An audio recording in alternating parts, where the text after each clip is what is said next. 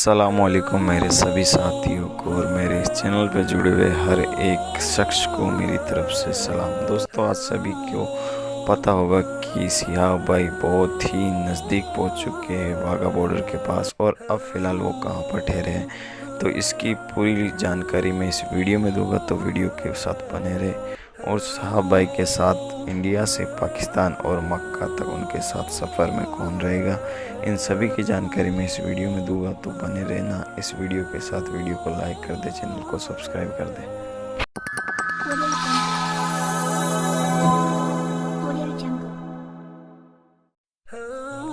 जैसा कि आप सभी को मैंने बताया था पिछली वीडियो के अंदर, जैसे कि फिरोजपुर ज़िले के अंदर सियाह भाई चल रहे हैं जो कि पंजाब के अंदर है। वहाँ से एक सरलिया जगह है जहाँ से सियाह भाई सुबह 7 बजे रवाना हुए थे, और वहाँ से चलकर वो एक शेरावाला गांव है वहाँ पर पहुँचे, जहाँ पर एक जूस वाले की दुकान पर सियाह भाई ने वहाँ पर जूस पिया था और वहाँ पर उन्होंने अपना खाना भी खाया था। वहाँ से वो एक सरतन ज़िला है जो कि पंजाब ज़िले का है, उसमें एंटर हो चुके हैं। फिरोज़पुर से निकलकर सरतन ज़िले में पहुँच चुके हैं, और वहाँ की मरकज़ मस्जिद में उन्होंने कल की रात बिताई थी, और वहाँ से अभी सुबह चलने के लिए वो तैयार हो रहे हैं, और बहुत ही जल्द वो वहाँ से चलेंगे। यहाँ से वाघा बॉर्डर ज़्यादा दूर नहीं है।